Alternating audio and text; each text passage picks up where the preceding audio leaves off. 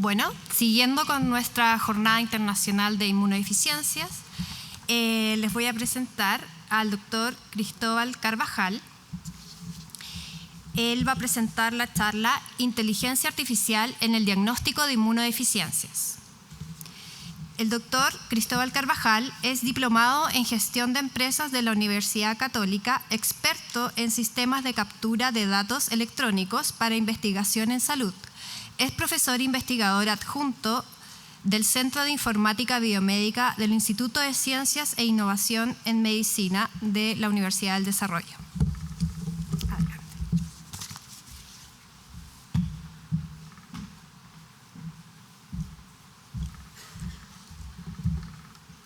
Bueno, buenas tardes a todos. Muchas gracias por la oportunidad de poder compartir con ustedes desde una disciplina que es bastante distinta a lo que ustedes hacen. Yo me dedico a los datos.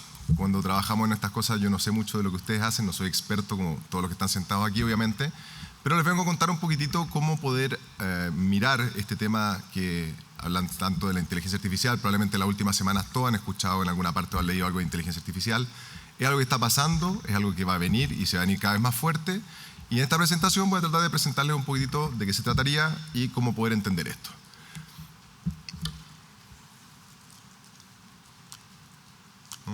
El verde, ¿no?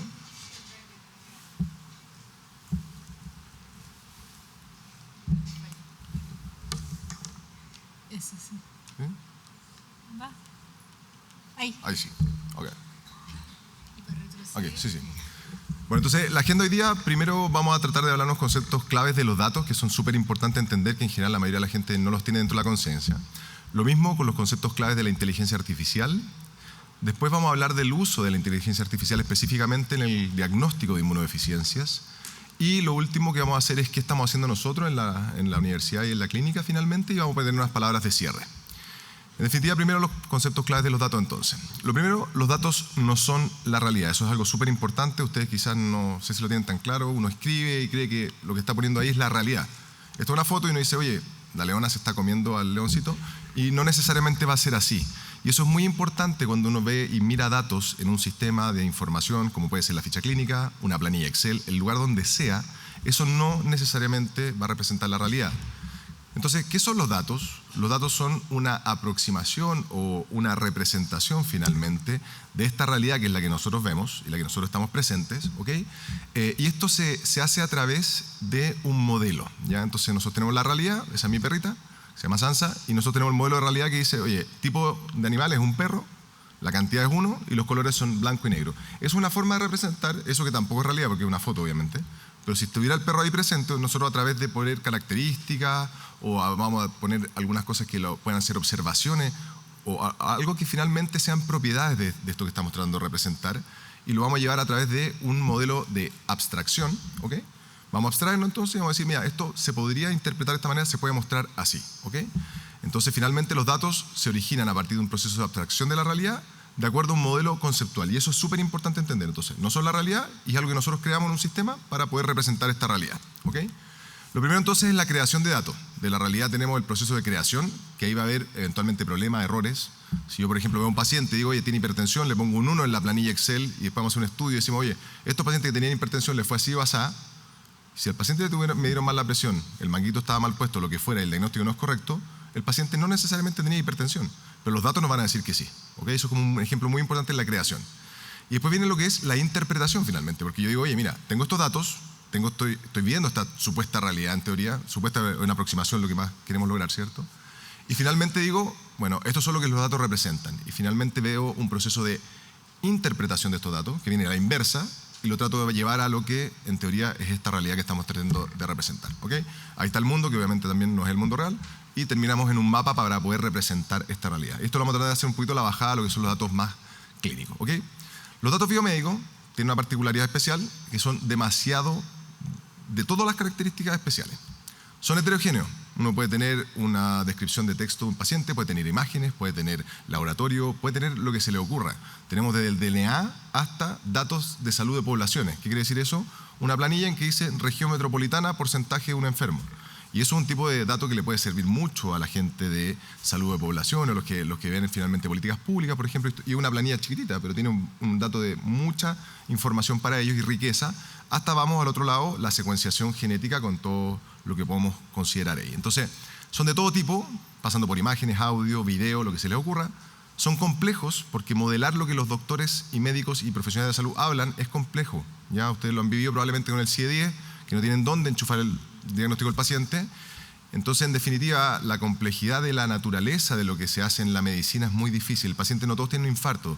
Tiene un infarto con la pared, con supra, sin supra, con Q1, Q, etc. Además, son de gran volumen en general. La cantidad de datos que se administran por cada persona hoy día en el mundo real es mucho más grande a lo largo del tiempo. En definitiva, mayor volumen va a hacer que tengamos varios gigas de información a lo largo de la vida de una persona, y además tienen temas de privacidad y seguridad específicos, por lo tanto el acceso y todo lo que yo pudiera hacer con estos datos no es tan simple con otras industrias. ¿Okay? El registro clínico, esto venía antes de los computadores, viene hace años, esto viene desde, de hecho, los egipcios. Entonces ahí ustedes tienen que esto del año 62 más o menos parten las fichas clínicas en el mundo. Eso, para tenerlo en el radar, no es mucho tiempo lo que llevamos en el mundo con fichas clínicas. ¿Okay? Y ahí se guardan los datos principalmente clínicos. ¿Y cómo yo guardo datos en un computador, en un sistema? Primero, como datos estructurados o no estructurados. Esa es la gran separación. Hay uno semiestructurado, pero no vamos a complejizarlo para el ejemplo. ¿Okay? El formato del dato estructurado es generalmente la tabla que ustedes conocen, que pueden contar en el Excel, que eso uno lo lleva a una tabla pivote, ¿cierto? Y saca los números rapidito, fácil, cuando vienen súper bien las categorías, todo armadito. Y el dato no estructurado, texto libre, o sea, con lo que ustedes escriben, esas cajitas súper buenas de la ficha clínica, que tiene un tremendo lugar para escribir lo que ustedes quieran, excelente. Imágenes, sonido, video, audio, lo que estábamos hablando recién. ¿Okay? La captura en general de los datos estructurados son formularios que uno pone un radio button, un check, cosas, categorías, un listado desplegable que uno elige, porque eso en definitiva está ordenadito, ya viene como un modelo específico. En el cambio, el otro lado son lo mismo que pusimos arriba, en definitiva. Y el característico más principal en lo que es la evolución clínica de un paciente va a ser el texto libre. Eso es donde lo típico que uno escribe finalmente lo que quiere. La estructura de los datos estructurados, como dice su nombre, son estructurados y son altamente organizados, ¿okay? Y tienen un esquema o formato predefinido. O sea, yo pongo categoría ABC y eso por detrás el computador sabe rapidito que son siempre la categoría ABC y son radio button y los puede contar rápidamente y que lo vamos a ver a continuación. El otro lado, uno puede hacer lo que quiera. En una imagen pueden salir colores de cualquier tipo, etc.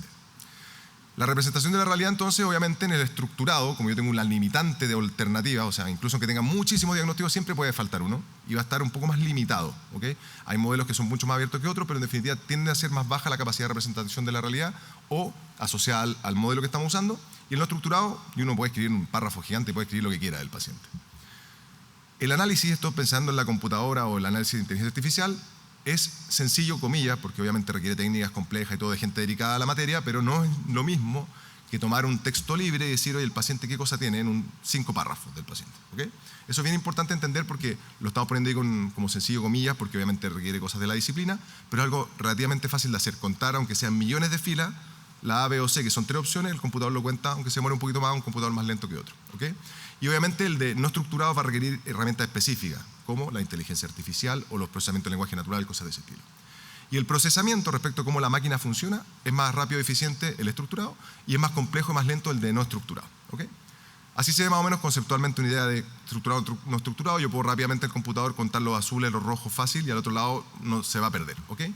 ¿Y por qué es importante esto? Porque el 70% de la información clínica que está en los registros clínicos electrónicos, o sea, la ficha clínica electrónica, tiende a ser lenguaje natural, que eso es texto narrativo escrito por profesionales de la salud, en definitiva es texto libre, entonces es de no lo estructurado.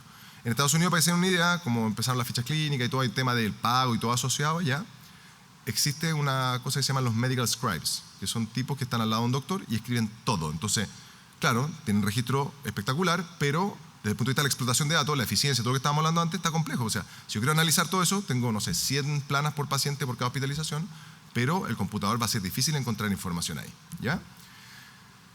Además, tenemos otra cosita que es la guinda de la torta. Usted dice, la ficha clínica, espectacular, tengo todo lo que necesito del paciente. Hay una falacia que le llaman ahí, que es la falacia de la ficha clínica, que se van a quedar cortos. El 60% de la información de un paciente, como duerme, cuáles son las presiones arteriales en la casa, cuáles son sus factores sociodemográficos y un sinfín de cosas que están alrededor. Hace deporte, no hace deporte, las redes sociales, toda esa información no está en la ficha clínica. Y es parte de la vida de las personas y es parte de lo que incide en cómo a las personas le va en las cosas de salud. Además, tenemos otro punto importante respecto a lo que son los datos específicamente en la parte de la salud, que desde los años 60 hasta hoy día, en definitiva, acuérdense, ahí partieron las fichas clínicas electrónicas, ¿ya? Esto ha ido cambiando. Al principio era un computador en un hospital que tenía una información y ahí estaba el paciente que se atendió ahí, se quedó ahí. No estamos tan lejos de la realidad nacional, pero en definitiva hoy día existe la capacidad de lo que se llama interoperabilidad, que quizás lo han escuchado. ¿Por qué? Porque salió una ley hace un par de semanas atrás que en definitiva habla de que se dio el paso a una ley que, ojo, todavía ni siquiera tiene la forma de regularse y todo, pero hay una ley que dice tiene que haber interoperabilidad en Chile. ¿Qué quiere decir eso? Que los hospitales van a tener que comunicar la información del paciente, ¿ya? Eso en otros países está más avanzado. Tú en otros países puedes pedir tu ficha clínica a cualquier hospital y además te la tienen que entregar en un formato y todo un tema específico. ¿Qué lleva a eso, por ejemplo? Que en Estados Unidos hoy día hay empresas que tú le das un poder y ellos te capturan la información de cualquier hospital y te la ponen en una aplicación en tu celular. ¿Okay? OneRecord es un ejemplo de ello. Entonces, eso se puede hoy día tecnológicamente. Que estemos más lejos, más cerca, eso es otra cosa. El punto, estamos hablando de los datos hoy día, cómo son en salud, la naturaleza, cómo se guardan, etcétera, y esto se podría poder llegar a hacer. ¿Okay? Otro tema importante, someramente, Big Data. Lo que para ustedes es Big Data, probablemente para mí ni por las tapas. ¿Por qué? El Excel tiene 1.800.000 filas para poder trabajar y ustedes probablemente con varios cientos de miles su computador va a andar lento. Nosotros cuando trabajamos con herramientas específicas, como puede ser R o Python, podemos trabajar con millones de filas, archivos de gigas de información, y no son archivos de videos que ustedes... No, estoy hablando de un archivo TXT, eso de texto así, esos de gigas de información. Y ahí tiene mucha información, nosotros podemos tomarlo, procesarlo, y yo puedo trabajar, no sé, estamos trabajando hoy día en 35 millones de filas con 100 columnas. Eso probablemente para ustedes es Big Data, para nosotros no. Entonces, el Big Data es relativo. En la industria de la banca, la cantidad de transacciones que hay a diario en tarjeta de crédito genera una información brutal en cantidad de información. Un paciente probablemente no va a ser Big Data por sí solo, ¿ya? Pero un hospital sí podría generar Big Data eventualmente, porque de nuevo, eso es relativo. Entonces, para una empresa que hace analítica, Big Data son cosas grandes, así. Astronomía son las bases de datos más grandes del mundo, ¿ya? Eso es la realidad de la historia de nosotros. Hasta ahora, astronomía es el lugar que guarda más datos en cantidad de información, ¿okay?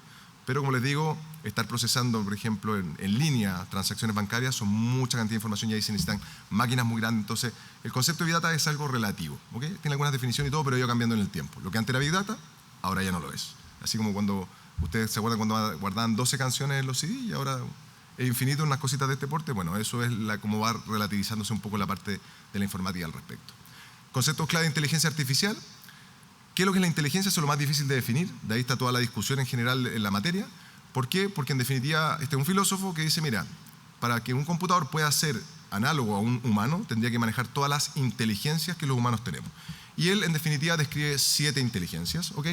Y la más típica, en la que el computador nos sobrepasa incluso, es la parte lógica matemática. Todo lo que son ecuaciones y todo eso, el computador vuela y nosotros no somos ni capaces de leer la cantidad de filas y el tipo ya me sacó el promedio, por ejemplo, ¿ya?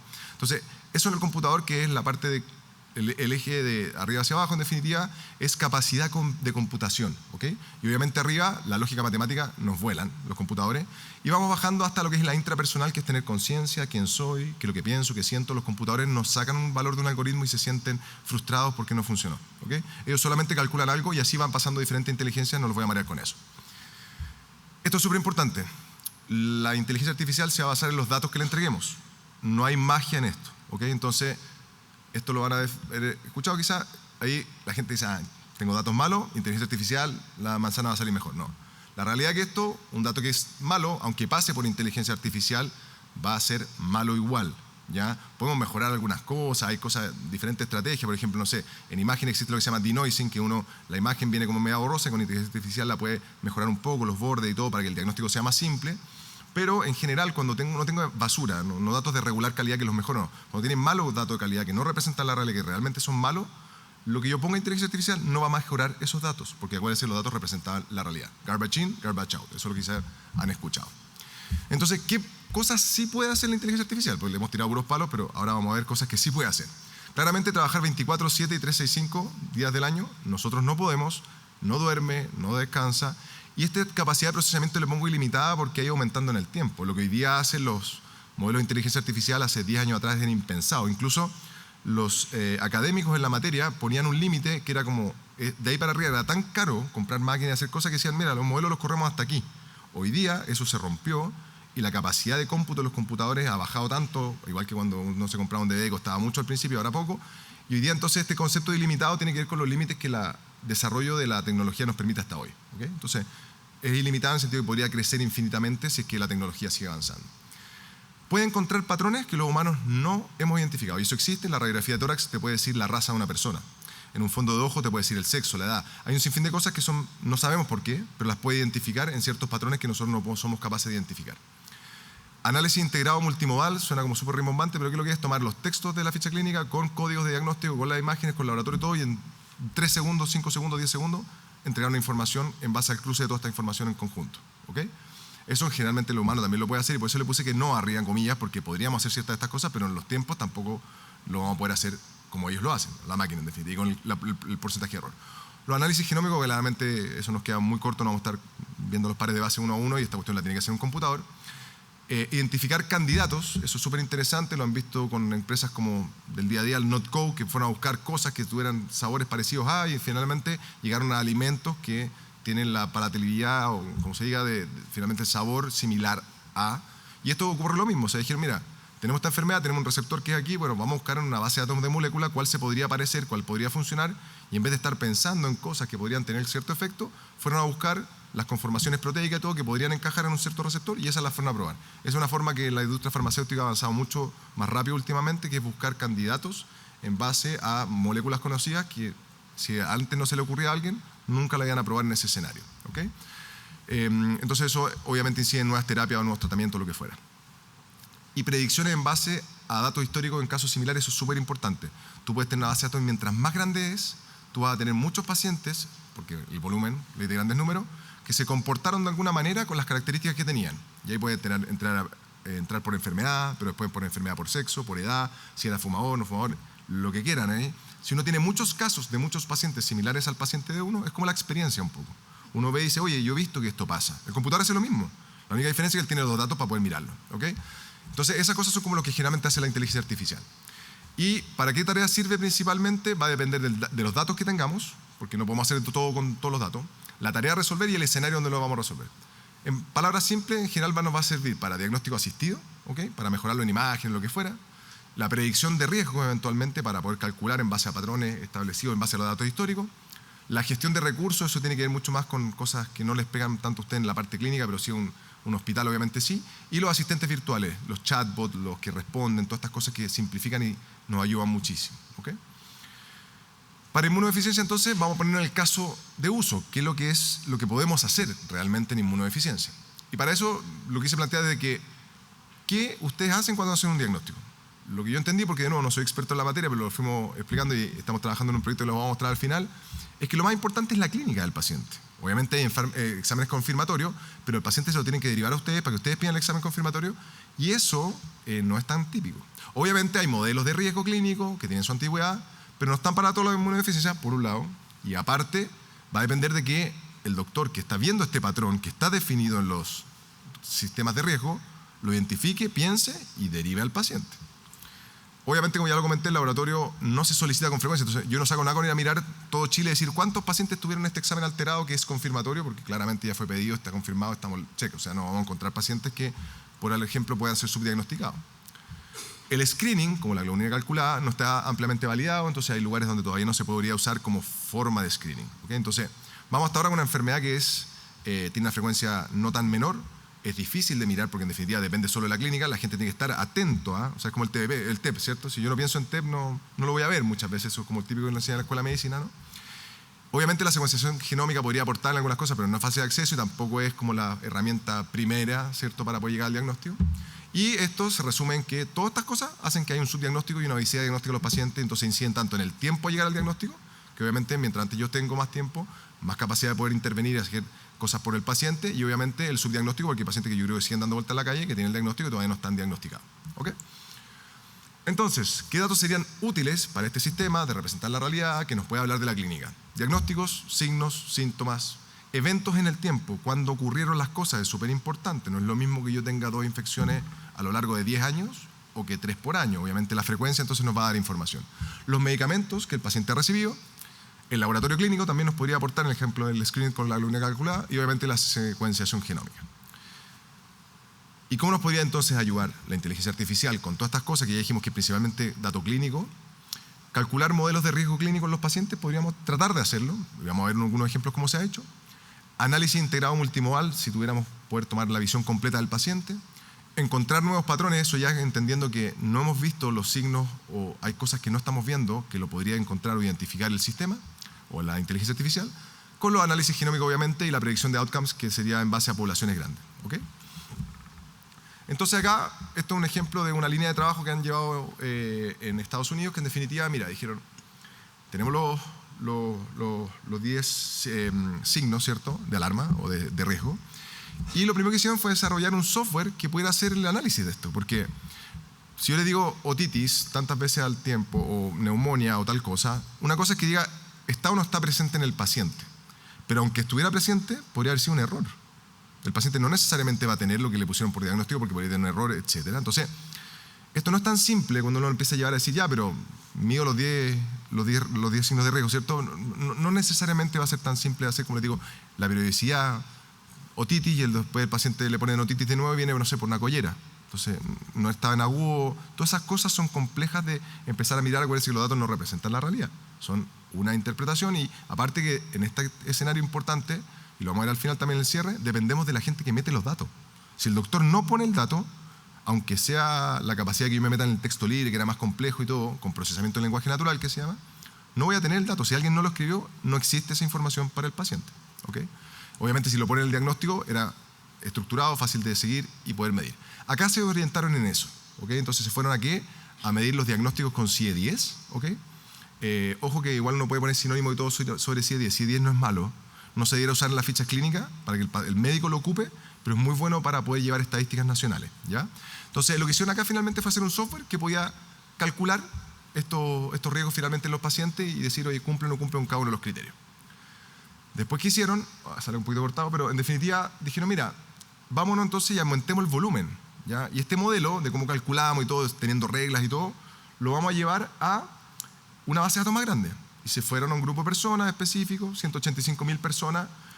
No me meto en los datos, los resultados, porque le estoy tratando de mostrar la metodología o cómo fue el abordaje para solucionar el problema. ¿Ya? O sea, si sacan un porcentaje N de 6 sobre 10.000, para mí no es el punto. Lo que quiero transmitir hoy día es cómo se aplica esto, en definitiva, para que ustedes también puedan entender si es reproducible o no, las brechas que pueden tener en su propia visión de lo que sería la inteligencia artificial, pero tener muy claro para qué se ocupa y cómo se hace. Entonces, ¿qué hicieron? Bueno, llevémoslo un gran volumen y lo llevaron a 185.000 pacientes. ¿Okay? Después dijeron, pero mira, ¿sabes qué? Hagamos algo más. Tengamos un prospectivo, ¿ya? Entonces, tomaron el retrospectivo de los 427.000, aquí subieron cantidad, o sea, estamos hablando de analizar 427.000 pacientes en casos clínicos, ¿ya? En base, obviamente, a los diagnósticos CIE y los medicamentos que han recibido. Estamos hablando también de un escenario en Estados Unidos que ellos tienen CVS, que tú, el doctor te da un medicamento y en la esquina te lo vas a entregar a tu casa y eso está todo metido en el sistema de lo que son los aseguradores, por ejemplo, ¿okay? Entonces, acá lo que hicieron fue meterse en definitiva a una base de datos grande donde habían datos de los pacientes principalmente aseguradores y tomaron un seguimiento a 30 meses y con eso finalmente pudieron ir a ver cómo iba finalmente la estratificación de estos pacientes. ¿Ya? Una cosa es que tengan riesgo, pero eso después que terminen siendo diagnosticados o cómo cambia finalmente el manejo de este paciente en el tiempo de una manera prospectiva. Y el último que hicieron en este equipo finalmente fue hacer, y esto no es menor, el 27% de la población de Estados Unidos. ¿Ya? Tomar las fichas clínicas, ¿ok? Y en definitiva son 73 millones de personas, ¿ya? Lo que analizaron. Y en esos 73 millones de personas empezaron a usar cosas más poderosas de la inteligencia artificial, como decir, mira, de los warning signs, ¿ya? ¿Cuál es el peso relativo de cada uno de ellos? ¿Ok?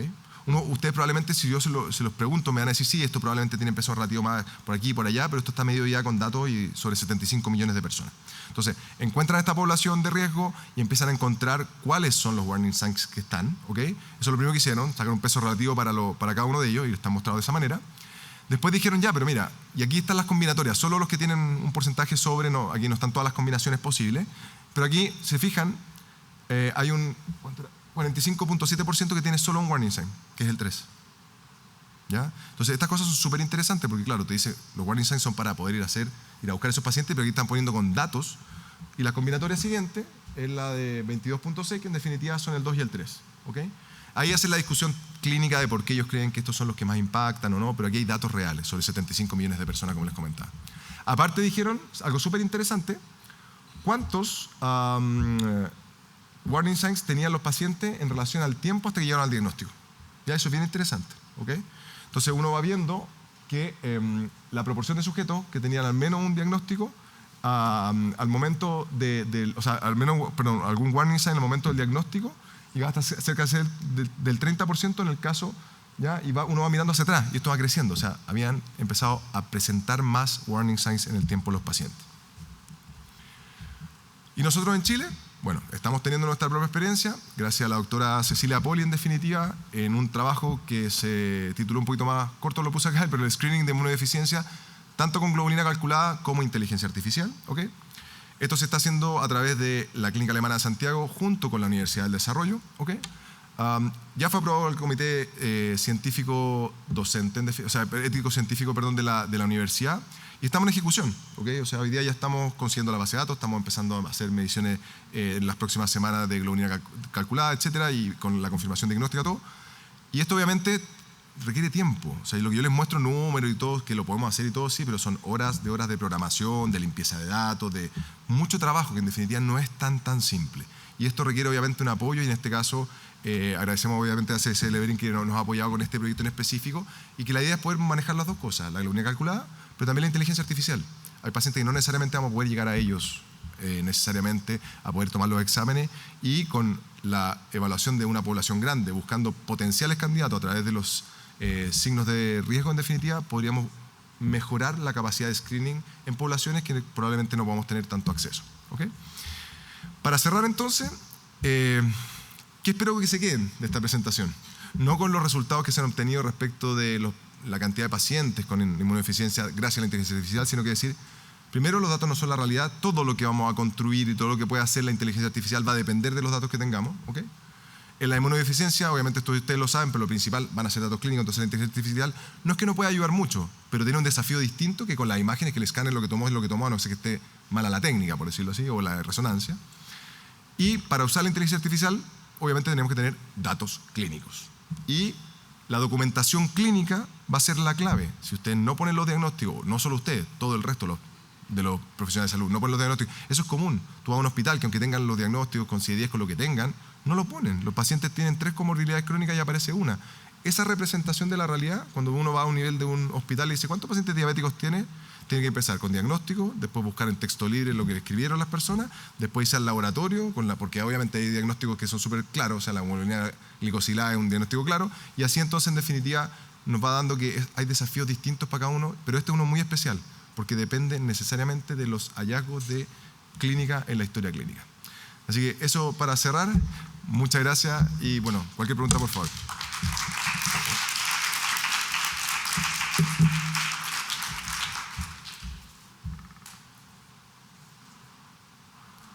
Hay una preguntita.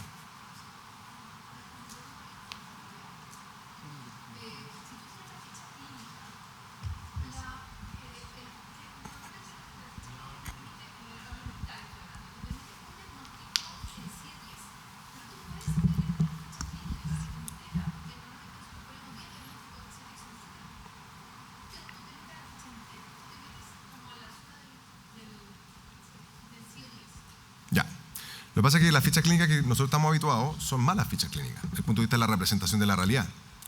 Las fichas clínicas en general que uno ve acá en Chile son episódicas, o sea, uno tiene como eventos, urgencia, hospitalizado, y uno en verdad tiene un paciente. Uno debería tener un paciente que tiene hipertensión, y la hipertensión, si fue certificada y todo, es una patología crónica que está a nivel paciente, no está a nivel del encuentro hospitalizado, que yo después la veo en la urgencia y no sale la hipertensión, que es lo habitual acá en Chile. ¿Okay? Eso ha ido cambiando, piensen que en los años 60 partieron estos registros clínicos electrónicos, ha ido evolucionando en el tiempo, pero un registro electrónico adecuado debería tener primero al paciente al centro, aunque suene como todos lados dicen el paciente al centro, pero en tema de los datos específicos, porque un resfrío se acaba a la semana, no tiene sentido que se aparezcan 25 veces resfrío en el paciente hoy día cuando fueron hace 2 años, por ejemplo. ¿Okay? Entonces, la patología crónica debería estar representada a nivel paciente, todos los hallazgos y todas las cosas, hay lugares donde lo trabajan como a nivel de problemas, porque hay cosas, no sé, por ejemplo, si el paciente tiene un lugar donde vive y todo es peligroso, eso es un problema que no es algo de salud específicamente, pero que le impacta en su salud. Entonces, todas estas cosas deberían guardarse a nivel paciente. ¿Okay? Lo que tú mencionas, lamentablemente, cuando dice un diagnóstico, sí, porque el egreso hospitalario en Chile tenía un diagnóstico y tenía un procedimiento principal, y eso fue durante la historia de muchos años. Después pasaron al GRD, que hoy día hay más cantidad de información. El GRD tampoco lo hacen los médicos, lo hace una unidad codificadora, y ahí hay más riqueza de información. Y lo último es lo que tú llamas el texto libre, que eso es lo más complejo de analizar, se puede sí, pero es mucho más costoso. Entonces, ¿qué pasa? Si yo tomo la decisión de hoy día de tomar un hospital, ¿qué prefiero? ¿Meterme a analizar texto libre y todo y seguir capturando texto libre? Sí, puede ser. Pero lo más estratégico es decir, a ver, necesito cambiar la ficha clínica, porque yo todo lo que quiera medir, sacar la población de pacientes con un problema, tengo que ser rápido poder hacer eso. Y obviamente la historia no la vamos a poder cambiar, ya tenemos datos capturados, y ahí nos metemos con procesamiento de lenguaje natural y tratamos de sacarle el jugo a los datos que, aunque siempre va a estar el doctor que nos escribió, y ahí no va a tener cómo tener información. Entonces, depende del escenario. Estos tipos, por ejemplo, en Estados Unidos lo hicieron con la facturación. El asegurador, ellos tienen que mandarle CIE-10 y tienen que mandarle...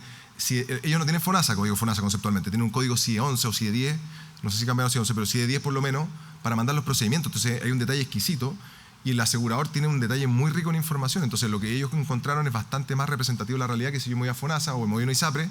Si tú vas a una ISAPRE, dice, lo atendió tal doctor. El doctor ni siquiera tiene una especialidad porque no están en la súper, entonces es re complicado y el doctor te dejó una receta y no tenía idea porque te la hizo en papel. Entonces la representación que nosotros podemos hacer en Chile es bastante más baja, son desafíos de lo que tenemos en el trabajo que vamos a hacer nosotros, pero cuando nos metemos nos podemos meter a todo.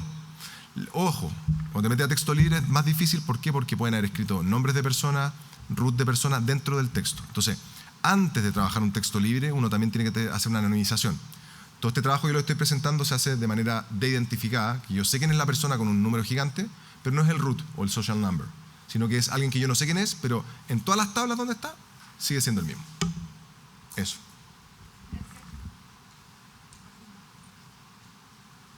Estamos. Muchas gracias.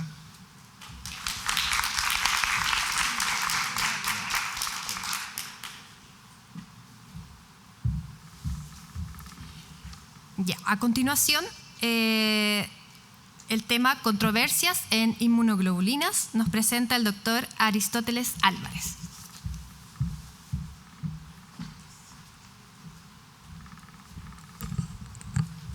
Hola de nuevo.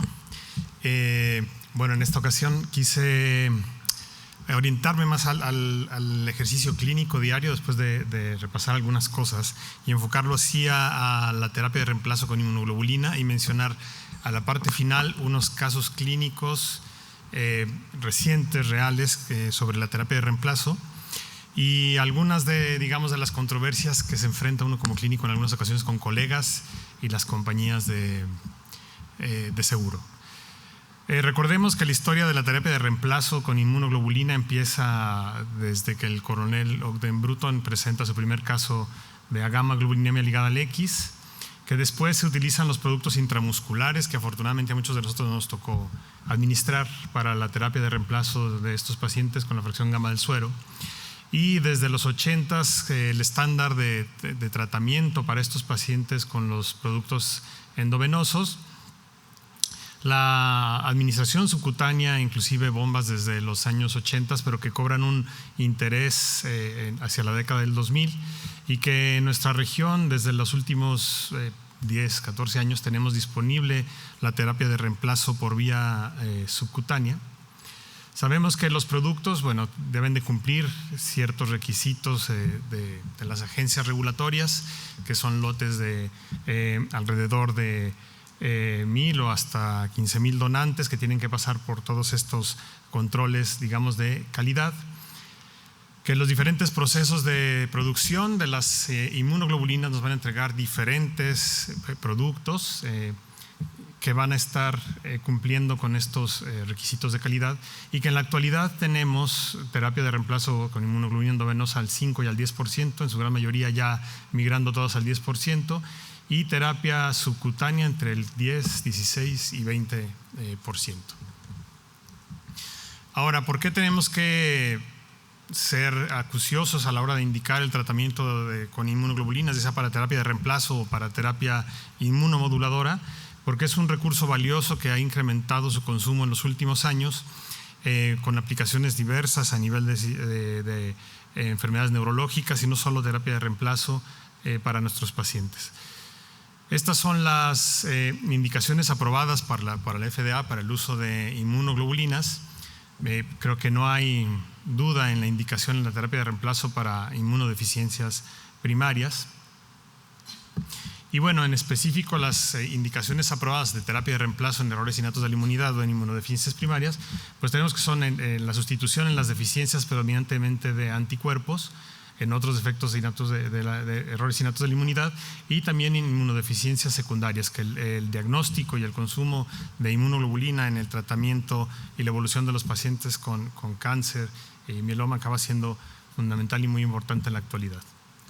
Ahora, en lo específico de errores innatos de la inmunidad, no nos queda duda de que la gamma-globulinemia con ausencia de linfocitos B es una del estándar de tratamiento. La hipogamma-globulinemia cuando hay un defecto funcional de anticuerpos. Cuando tenemos inmunoglobulinas normales con defecto funcional, como algunos de los casos clínicos que nos presentaron. La hipogamma-globulinemia marcada con infecciones y función normal de anticuerpos. La deficiencia de subclases de IgG cuando hay infecciones de repetición. Y cuando tenemos procesos más complejos o fenotipos bien definidos con defecto también de producción de anticuerpos, debemos utilizar la terapia de reemplazo. ¿Cuál es el objetivo del tratamiento de la terapia de reemplazo? Obviamente disminuir el número de infecciones, idealmente a menos de un evento por paciente por año para los eventos graves, alcanzar niveles Valle adecuados de más de 600 miligramos por decilitro idealmente, y mantener el reemplazo como principio del tratamiento para nuestros pacientes. Ahora, la evolución de la terapia de reemplazo, existe inicialmente un inserto en los productos hacia los 80, donde recomendaban una dosis de 200 miligramos por kilo por mes como terapia de reemplazo, y que no es hasta el 2003 donde hay un primer estudio que reporta la mejoría en la función pulmonar con dosis más altas y manteniendo niveles de Valles de más de 500 miligramos por decilitro, que así es como aprendimos muchos. Simplemente deberíamos de mantener esos niveles Valle para que el paciente se encontrara protegido y libre de infección.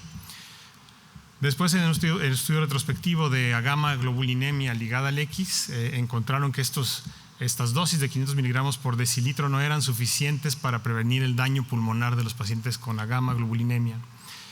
Y se vio después que manteniendo los niveles Valle más altos en pacientes con inmunodeficiencia común variable, había mejoría de las infecciones y de la función pulmonar.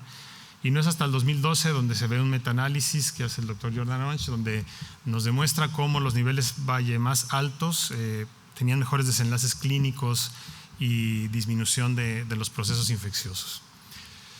Bueno, muchos de ustedes conocen esta gráfica del doctor Bonagura, que son dos gráficas clínicas de dos pacientes, y las quiero mencionar porque tuve que echar mano de estas para convencer a una aseguradora de incrementar la dosis para uno de mis pacientes.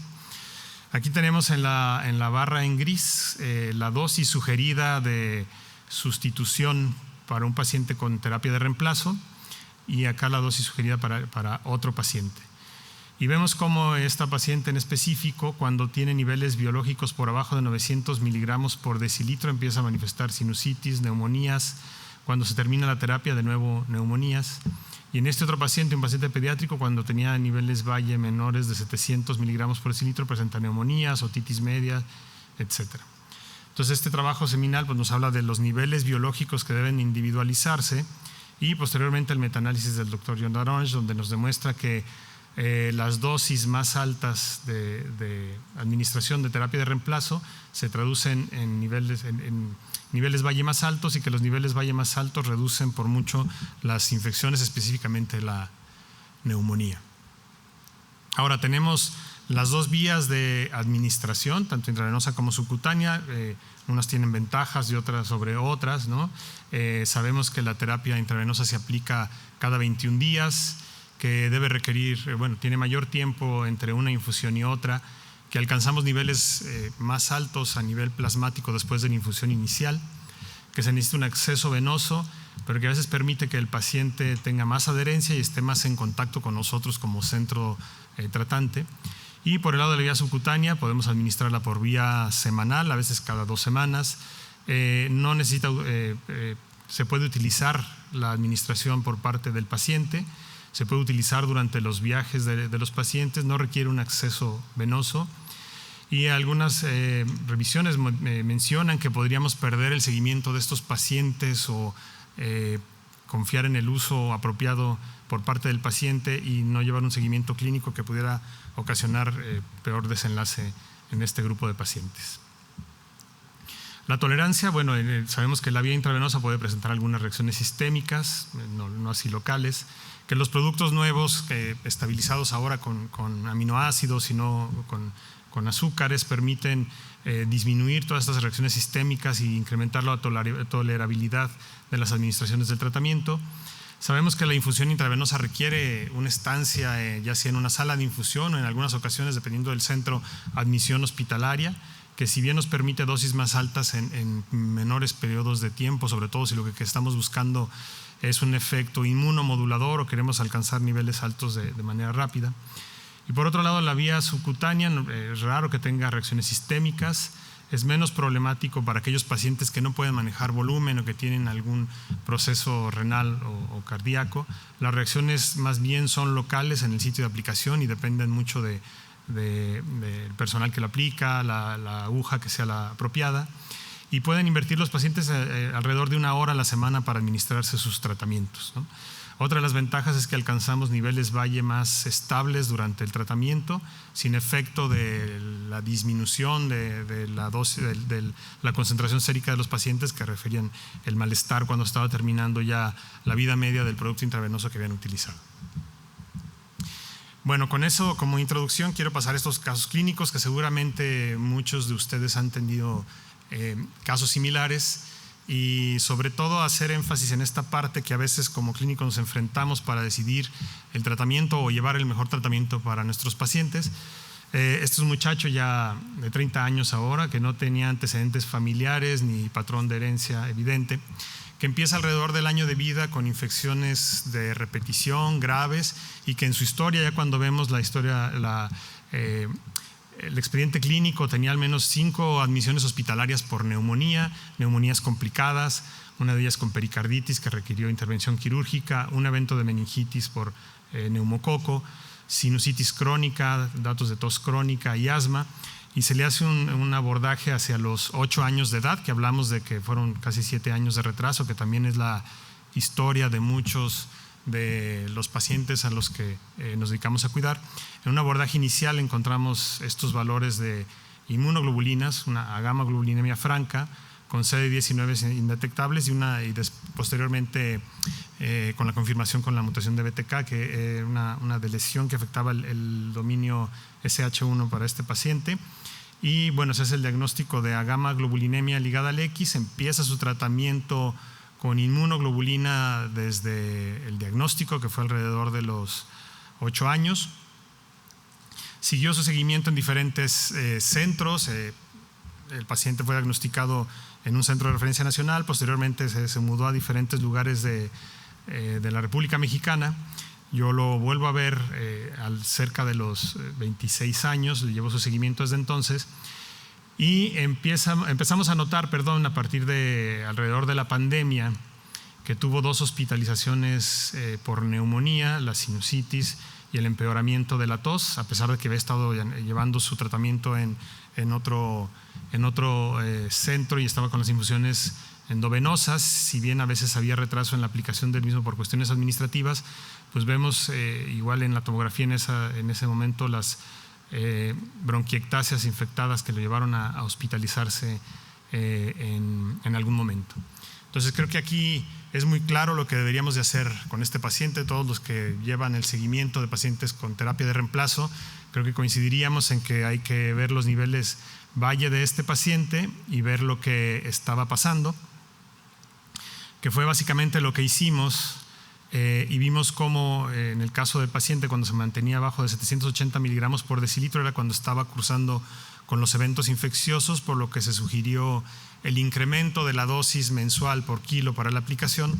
Sin embargo, tal cual lo describe el doctor Bonagura en su carta donde presenta estos 2 casos clínicos, fue una lucha constante, que aquí donde hubo controversia fue con la aseguradora, que nos limitaba el incremento de dosis para el paciente a pesar de los cuadros infecciosos, de modo que después de una intensa correspondencia entre la compañía aseguradora y nosotros, incluyendo el paciente, después de mostrarle estos datos clínicos, accedieron a a incrementar el pago directo de la administración de inmunoglobulina subcutánea a 750 miligramos por kilo.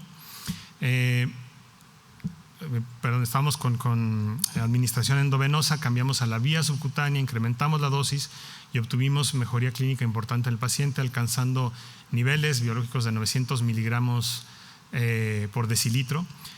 Hicimos varias modificaciones de la administración de la terapia de acuerdo a la necesidad del paciente y como siempre tendríamos que tener en cuenta la opinión, la calidad de vida, el estilo de vida, etcétera. En este momento prefirió en algún momento intentar las aplicaciones solamente 2 veces al mes, cada 15 días, pero vimos que la mejoría clínica en la función pulmonar y en las infecciones se mantenía a los niveles Valle idealmente cuando aplicábamos las 4 aplicaciones o una aplicación por semana para completar su dosis mensual. Y bueno, en algunas ocasiones él decide el uso, el volumen que a veces llegamos a administrar, de modo que en alguna ocasión se administró cerca de 50 mililitros en un solo sitio en su domicilio. Entonces, en este caso, bueno, les comento que quizás ustedes también en alguno de los sistemas sanitarios en los que trabajen se pueden enfrentar a estas situaciones y tendríamos que seguir abogando por un tratamiento adecuado para cada uno de nuestros pacientes, individualizando la terapia, ¿no? Ahora, este otro caso clínico es una mujer de 52 años que llega a nuestro servicio con un diagnóstico de esclerosis múltiple progresiva, ya de varios años de evolución, había recibido múltiples tratamientos y en ese momento se encontraba en un ensayo clínico con ocrelizumab, un anti-CD20, con aplicación una sola dosis, y llega con nosotros cerca del año de haber recibido la terapia, aparentemente como una respuesta clínica en cuanto a lo que se refería de esclerosis múltiple, pero por esa progresión de varios años de evolución ya tenía una movilidad limitada, llega en silla de ruedas, digamos con una calidad de vida también limitada, y refiriendo como único proceso infeccioso una infección de vías urinarias de repetición que estaba más bien asociada a un defecto funcional vesical y por las condiciones de movilidad en las que se encontraba. Los datos clínicos con los que contamos en ese momento, en esa evaluación inicial, son estos. Nada más una cuantificación, que era lo que nos permitía el protocolo en ese momento de IgG, y los CD20 que con cierta frecuencia los estaban midiendo en la citometría de flujo como parte del protocolo. Entonces, con estos datos clínicos, que si bien son limitados, pero recuerden que solamente tienen infección de vías urinarias, yo les diría o les pediría que levanten la mano quién le sugeriría terapia de reemplazo a esta mujer como tal. Porque recuerden que es un protocolo, que hay límite de gastos, que tenemos que convencer a otras personas. No sé, ¿quién le indicaría? Si me ayudan levantando la mano o no. ¿Quién le daría inmunoglobulina a la paciente? ¿Quién le daría antibióticos profilácticos? No hay infecciones, ¿no? Entonces, bueno, lo que se decidió ya platicando con el equipo del ensayo clínico, los niveles de IgG por decilitro en esta paciente y sobre todo considerando la movilidad limitada y algo de dificultad en el aclaramiento de secreciones y algunas infecciones respiratorias leves que había experimentado, se decide también por parte del agente de protocolo iniciar la terapia de reemplazo con 500 miligramos por decilitro por vía subcutánea, sin dosis de carga para alcanzar niveles Valle. Y si nos vamos a las guías de terapia de reemplazo en hematología y oncología, sugieren que si esa paciente ha tenido una infección grave o 3 o más infecciones leves o menos de 400 miligramos por decilitro, se debe de iniciar la terapia de reemplazo con inmunoglobulina endovenosa, endovenosa o subcutánea, o terapia de reemplazo. Entonces, en general, este caso nos llevó por una parte, no accedíamos a recomendar la terapia de reemplazo, más bien dar el seguimiento, citarla con mucha más frecuencia, pero por parte de todo el equipo se decide dar el tratamiento y la paciente durante lo que quedaba del ensayo clínico la recibió y se mantuvo en las mismas condiciones. Entonces, de acuerdo, deberíamos de haber esperado con esta paciente, no administrarlo como una terapia de reemplazo inicial, considerando la importancia del recurso y el gasto que se hizo, pero en ese momento se permitió y se le dejó la terapia. Y finalmente, otro caso, que este paciente nos llaman a valorar a los 24 meses de edad, una historia sin consanguinidad, con diagnóstico de acondroplasia, que aparentemente había tenido sinusitis y le habían hecho una cirugía de aseo de senos paranasales en una de las hospitalizaciones que había tenido, una neumonía leve y 2 neumonías que habían requerido hospitalización y soporte con oxígeno.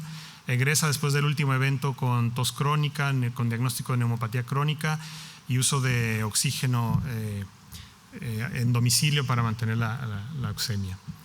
Llega con nosotros con una evaluación inicial que tenemos esta serie blanca, estos niveles de anticuerpos y subpoblaciones de linfocitos normales que no pude acceder a ellos para presentárselos, pero inicialmente estaba normal y se decidió vigilar al paciente, y en el contexto de estas infecciones y con ese nivel de inmunoglobulina habían considerado en algún momento alguna de estas formas finlandesas de acondroplasia, pero el paciente no tenía datos clínicos de inmunodeficiencia combinada. Entonces se decide iniciar terapia de reemplazo con dosis de 400 miligramos por kilo por mes durante 24 meses, con una dosis semanal, obteniendo niveles Valle de 450 miligramos por decilitro después del primer mes de tratamiento, con una mejoría clínica importante y dejando el diagnóstico como una hipogama transitoria de la infancia. Por cuestiones, sociales y de lejanía de tratamiento, se decide iniciar la subcutánea y vigilar la evolución sin mayor abordaje. La verdad es que el paciente se mantuvo bien, sin infecciones, tuvo incremento ponderal, mejoría en el desarrollo psicomotriz, que se había visto en una situación de fallo de medro y detención del desarrollo psicomotriz durante los primeros años por esos procesos infecciosos. Y después de la terapia de reemplazo iniciamos el espaciamiento de la dosis hasta suspender en 6 meses, y en la actualidad se encuentra sin procesos infecciosos, sí con su acondroplasia, pero sin complicaciones. Ahora, ¿por qué quise poner este caso clínico? Porque en algún momento se discutió la necesidad de utilizar mejor antibióticos profilácticos, pero considerando estos criterios de infecciones graves en más de una ocasión, hicimos o convencimos en general a todo el equipo, tanto de infectología como al médico primario, de iniciar la terapia de reemplazo a pesar de dificultades en la cobertura del seguro de este paciente. Entonces, digamos que son las situaciones clínicas a las que nos podemos enfrentar en el cuidado de los pacientes y que a veces tenemos que hacer un trabajo extra para llevarles la terapia a estos pacientes y llevarlos a buen término con su tratamiento, ¿no? Seguramente tendrán casos similares y con mucho gusto podemos comentarlos o quedo a su disposición para dudas, y no quiero dejar de invitarlos para el próximo año a nuestra reunión, la Bienal del ASI de 2025 en la ciudad de Buenos Aires, y no dejen de entrar a nuestro sitio para tener mayor información al respecto. Muchas gracias.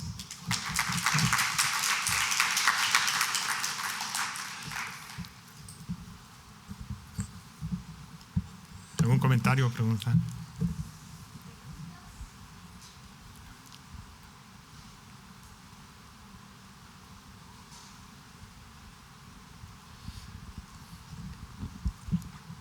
Agradeciendo su presentación.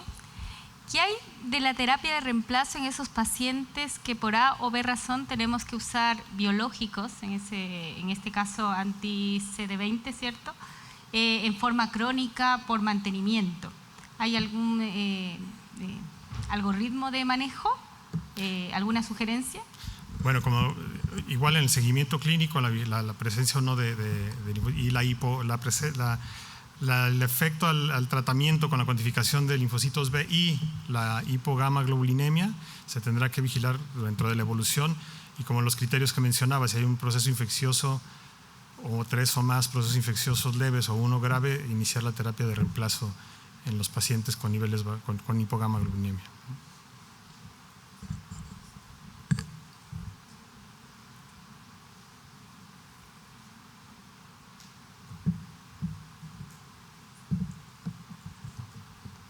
Muchas gracias.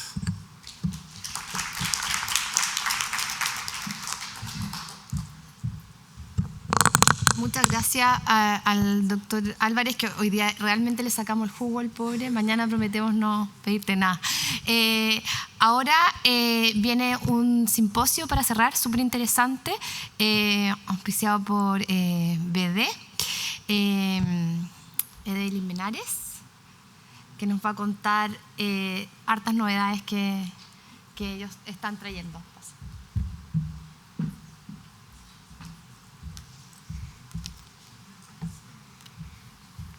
Bueno, hola, buenas tardes. Ahí está. Bueno, como la doctora Poli les mencionaba, lo que nos convoca hoy es hablarles un poco de esta tecnología para el diagnóstico de inmunodeficiencias primarias asociado a citometría de flujo y este nuevo enfoque que se está dando, que es la Next Generation Flow en el screening de las inmunodeficiencias. Partamos con un poquito de contexto. Las inmunodeficiencias primarias, vamos a hacer versus las inmunodeficiencias secundarias, como ustedes ya obviamente lo saben. Inmunodeficiencias primarias son trastornos heredados de este sistema inmunitario, y estos efectos están causados, se han descrito aproximadamente 430 genes hasta el momento involucrados, y aún así falta mucha investigación por realizar. En esta también investigación se ha determinado que una parte de este sistema inmune puede estar ausente o puede ser disfuncional. En cambio, en cuanto a las inmunodeficiencias secundarias, es un trastorno ya adquirido, producto de alguna otra infección, por ejemplo, casos de VIH, quimioterapia inmunosupresora o terapias de trasplante en médula ósea. En cuanto a las estadísticas, se estima que a nivel global tenemos un 45% de los casos para las corresponden a inmunodeficiencias de anticuerpos, un 13% a inmunodeficiencias combinadas y un 15% de deficiencias no especificadas. En cuanto al recorrido del paciente, y esto es bastante importante que como médicos también lo tengan en consideración, el recorrido tiende a ser un poco tortuoso para el paciente. Ya que este empieza a presentar diferentes signos y síntomas y va a ingresar al punto de atención primaria, donde principalmente si no es un centro especializado, va a entrar en un loop o en un círculo vicioso que se le va a tratar netamente la sintomatología, pero no se va a llegar a un diagnóstico final sobre qué tipo de inmunodeficiencia primaria este paciente puede tener. Como les decía, en estos centros por lo general se les van a hacer niveles básicos de inmunoglobulina o nivel celular, se le puede hacer quizás a un recuento parcial de alguna subpoblación linfocitaria. Y si el paciente llega a un centro experto en inmunodeficiencias primarias, se puede entrar en algún mayor detalle con respecto a qué tipo de patología pueda tener y llegando finalmente a lo importante que es un diagnóstico para este paciente.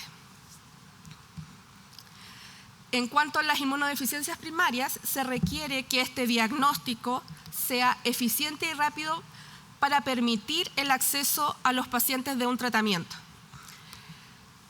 Es necesario que sea rápido, ya que en promedio el diagnóstico puede tardar de 4 a 5 años el paciente en ser diagnosticado. El diagnóstico tardío obviamente puede causar daño irreversible a los diferentes órganos y cada paciente diagnosticado se traduce en montos anuales en ahorros anuales para el sistema de salud. Y en cuanto a la eficiencia, actualmente se estima que de un 80 a un 90% de los casos de inmunodeficiencia primaria no están diagnosticados y las pruebas genéticas van a confirmar el diagnóstico cuando se conozca el gen que está involucrado, en un promedio solo en el 25% de los casos. Generalmente el diagnóstico se realiza por pasos, conociendo historia familiar o se le hacen exámenes de inmunoglobulina, respuesta a vacunas, se hacen estudios también de citometría de flujo, pruebas funcionales, pruebas genéticas Y aquí el rol del inmunofenotipo por citometría de flujo es bastante importante, ya que tiene un papel central en pacientes con sospecha de inmunodeficiencias primarias, especialmente con defectos en algunas células linfoides. Orienta a qué pruebas funcionales se podrían realizar y pruebas genéticas, y ayuda a comprender la presentación y los resultados de esta enfermedad, y también puede apoyar en una decisión terapéutica. Si empezamos a hablar o comparar la citometría de flujo versus las diferentes técnicas para el diagnóstico también de inmunodeficiencias primarias, podemos hablar que en este nuevo enfoque que se quiere realizar de la citometría de flujo de nueva generación, estamos hablando de una sensibilidad del orden de 10 a la menos 4, 10 a la menos 6, llegando a la sensibilidad comparada con técnicas como el Next Generation Sequencing. ¿Ya? Pero, ¿qué es este nuevo enfoque que les estoy mencionando sobre la citometría de flujo de nueva generación, que es un proceso de estandarización y de alta sensibilidad comparado con la citometría clásica? ¿Por qué es importante trabajar de manera estandarizada? Ya que para un determinado examen o paciente existen variables biológicas y variables meteorológicas. Lo que podemos dominar o controlar para que nuestro test sea reproducible son las variables meteorológicas. Aquí podemos encontrar todo lo asociado a los protocolos, los anticuerpos, los paneles que se utilizan en citometría de flujo para el screening de estas patologías. Y si nosotros controlamos y estandarizamos este tipo de variables, solamente nosotros los cambios que veamos por citometría de flujo se van a deber a las variables biológicas propias del paciente. ¿Quién realizó o quién hace estos procesos de estandarización? No es BD, es un consorcio que es el consorcio Euroflow, que es un consorcio externo conformado por más de 20 grupos de investigación en investigación diagnóstica, más una pyme asociada que en este caso es Citognos. Este consorcio son expertos en citometría de flujo. ¿Y qué hicieron este consorcio? Ellos se dedican a realizar cada uno de los protocolos desde la toma y la recolección de la muestra, paneles asociados, anticuerpos, clones específicos y los fluoróforos que se deben utilizar para la citometría.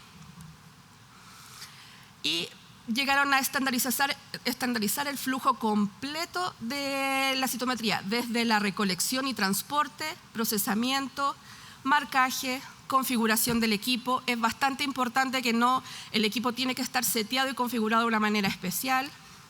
La adquisición de la muestra, no es lo mismo adquirir 1000 eventos que adquirir para Next Generation Flow, adquirir en inmunodeficiencias primarias 2,5 millones de células.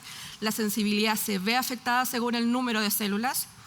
Y finalmente una fase ya analítica donde se analizan los resultados obtenidos. Todos estos protocolos Euroflow lo tiene a disposición de toda la comunidad científica, y están los links asociados si ustedes lo necesitan revisar. Todo este trabajo realizado para la estandarización completa del flujo de trabajo viene asociado también, no solamente ellos lo hicieron para inmunodeficiencias primarias, sino es todo el conocimiento que ellos tienen para el diagnóstico también de enfermedades oncohematológicas, también lo volcaron al screening de inmunodeficiencias. Y finalmente, para llegar a una etapa, ya una fase analítica, o sea, postanalítica, en donde aquí entra o tiene un rol importantísimo el software de análisis de los datos, que es el software por excelencia, el InfiniSight, que para inmunodeficiencias primarias también nos puede otorgar un preinforme sobre qué tipo de población se estaría viendo afectada en el paciente. ¿Qué es este software InfiniSight? Es el software de análisis de datos de citometría de flujo multicolor. Es un software multivariado con diagramas y análisis multiparamétricos. Es un software estándar de Euroflow con base de datos incorporada. Ustedes pueden, con estos software para inmunodeficiencias, para el tubo de screening, pueden corroborar o hacer un análisis automatizado, chequeando con la base de datos que también se encuentra a la disposición de los usuarios de este software. Es automatizado, tiene herramientas de análisis automatizado que van guiando al experto para llegar a un correcto diagnóstico y está optimizado para los procesamientos de archivos grandes y es compatible obviamente con varios archivos de citometría de flujo. Este es el algoritmo que yo les decía que Euroflow, este consorcio de expertos en citometría, llegó para el screening, una parte de las inmunodeficiencias primarias, y después los paneles asociados para llegar a qué tipo de patología está afectando a qué subpoblación linfocitaria. Como BD, nosotros por el consorcio Euroflow tenemos validado ambos de nuestras plataformas en citometría de flujo. El primero en validarse fue el BD FACSCanto 2 en el año 2008. Después, posteriormente, tenemos nuestro equipo tope de gama, que es en el año 2019, nuestro BD FACSLyric. Y no solamente en cuanto a equipos y software, BD también tiene la opción a ofrecer diferentes insumos y kits validados también para el uso en clínica, para, por una parte, cuantificar qué subpoblación estaría siendo o viéndose afectada dependiendo de la patología. Y ya en un centro, obviamente en un centro experto, se podría empezar a desmenuzar a qué tipo de patología el paciente tiene. Como BD, no solamente tenemos un kit, sino que tenemos validada la solución completa, desde por una parte los equipos, todos los instrumentos para tener la optimización según lo descrito por Euroflow, los paneles para compensar y en este caso el kit para el screening de inmunodeficiencias primarias. Euroflow estableció cuál es el panel. Nosotros asociamos para mejorar el flujo de trabajo y no tener que, porque este panel tiene 2 anticuerpos en 8 posiciones de fluoróforos fijas y en vez de pipetear los 2 anticuerpos diferentes, nosotros lo tenemos asociado todo en un solo kit, lo que ayuda muchísimo al flujo de trabajo. Con este kit, como ustedes pueden ver, este es un ejemplo, se pueden identificar más de 27 subpoblaciones diferentes con un solo panel. Desde, por ejemplo, están los linfocitos TCD8, los CD4, los T-naive con o sin cambio de clase, etc. Acá está, en una forma un poco más grande, el screening de las poblaciones T y B en el tubo de screening. Cómo se vería en el software de análisis Infinisight. Aquí les muestro asociado a un paciente, en este caso que ya tenía una deficiencia en STAT3. Todo esto se hizo con la comparación con base de datos, justo un paciente normal, y cómo se agruparían cada una de las subpoblaciones linfocitarias. Tenemos el control sano y con el software nosotros podemos, y el análisis automatizado, identificar que en este caso las poblaciones de células B que son sin cambio de clase es la que se ve afectada y la que está ausente en pacientes con deficiencias en STAT3. Esto es porque como yo les mencionaba que también tenemos asociado una base de datos. Esta base de datos se hizo para pacientes con todo rango etario, donde se clasificó la presencia de linfocitos T gamma delta, linfocitos B, células NK, y eso por todos los rangos etarios, lo que ayuda muchísimo, ya que aquí tenemos, son 250 controles sanos en 14 grupos de edades diferentes, ya que no es lo mismo analizar un paciente a un recién nacido versus un paciente de 40 o 50 años. Su sistema inmune obviamente va cambiando de acuerdo a la edad. ¿Cómo fue construida la base de datos? Como les mencionaba, son 250 muestras de controles sano con 14 grupos 14 grupos etarios diferentes. Se hace primero un análisis manual de las poblaciones y luego fueron probando con la base de datos si se adecuaba a los criterios de cada uno de los investigadores. Y se validó esta base de datos con los resultados tanto de análisis manual como los automatizados en 99 pacientes diagnosticados con inmunodeficiencias primarias. ¿Cómo funciona el software? Cuando se le pide al software hacer análisis automatizado y comparar con base de datos, el software va a entregar su primera versión, pero a su vez va a entregar diferentes poblaciones que el software va a llamar poblaciones check. ¿Qué es lo que quiere decir esto? Que el software tiene una duda y aquí requiere un usuario experto, que serían obviamente ustedes, que les diga si tiene una duda con alguna población y va a decir ¿dónde la ubico preferentemente? ¿Es un linfocito T? ¿Es un linfocito B? ¿Es un linfocito que ya realizó o no cambio de clase? Etcétera. Y ahí el usuario va determinando o asignando correctamente la población hasta que finalmente va a dar un informe final con los porcentajes y de cada una de las subpoblaciones asociadas. Como les mencionaba, el kit consta de cada uno de los tubos de los cócteles liofilizados, viene con los paneles para compensar y viene también con el buffer o la solución para colectar la cantidad de células necesaria para llegar a la sensibilidad dictada por Euroflow. Bueno, este es el algoritmo que ya les había mostrado con anterioridad, donde están los tubos de screening y los tubos para ir desmenuzando qué tipo de patología puede llegar a tener el paciente. Si se observa que la población B o hay alguna alteración en poblaciones B, también hay paneles asociados que tienen los anticuerpos para realizar diferentes tipos de paneles, por ejemplo, en el caso de cada una de las inmunoglobulinas. Si se observa que la población T es la que está afectada, también hay paneles para seguir estudiando qué tipo de población o de subpoblaciones de células T son las que están involucradas en la patología. Y finalmente, este es el flujo o el flujograma de trabajo que tiene PIDOT, desde donde está estipulado desde la recolección de la muestra en las primeras 36 horas. Se hace el proceso de la bulk o cosecha de células, donde es muy importante colectar los 4 millones de células previos a la tinción. La adquisición de la muestra en citómetros que tienen que ser validados y estandarizados por el consorcio. El análisis de los resultados con base de datos. Y bueno, la confirmación del usuario y finalmente la generación del informe final del software. Eso es lo que tenía para contarles el día de hoy. Muchísimas gracias.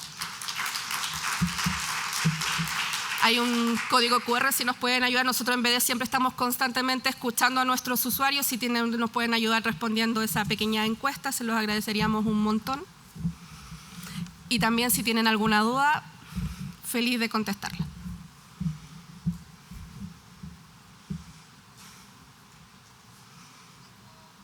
Doctora. No, de los costos, porque al final esto es súper bueno, pero al final cómo se compara, pero la mayoría de los pacientes en que uno quiere hacer un screening inicial necesita TBNK. Entonces esto es como es como mucho para un paciente que uno quiere un screening inicial. Entonces, ¿cómo andan los costos? Pero también sería ideal tenerlos. ¿Cómo andan los costos entre esto y un TBNK normal? Porque en el fondo este nos permite hacer esa customización para tal vez hacerlo más barato. Pensando en que son exámenes que todavía no están cubiertos por FONASA, entonces los pacientes los tienen que pagar del bolsillo.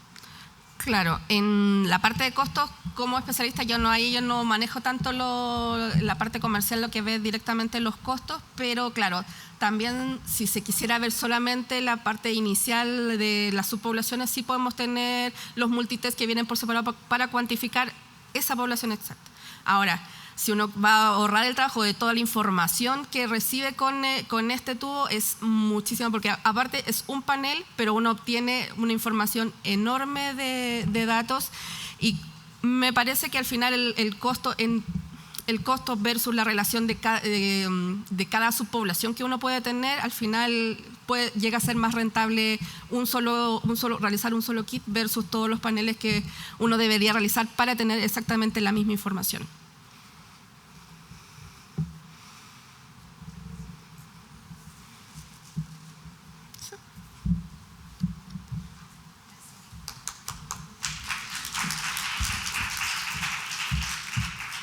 Con eso cerramos hoy día, los esperamos mañana tempranito de nuevo. Eso, que estén todos muy bien. Recordar que mañana no es acá, es en el Cowork, que van a estar en el edificio S y va a haber señalización, ¿ya? Es un poco más hacia allá, hacia atrás. No sé cómo decirlo, pero no es acá.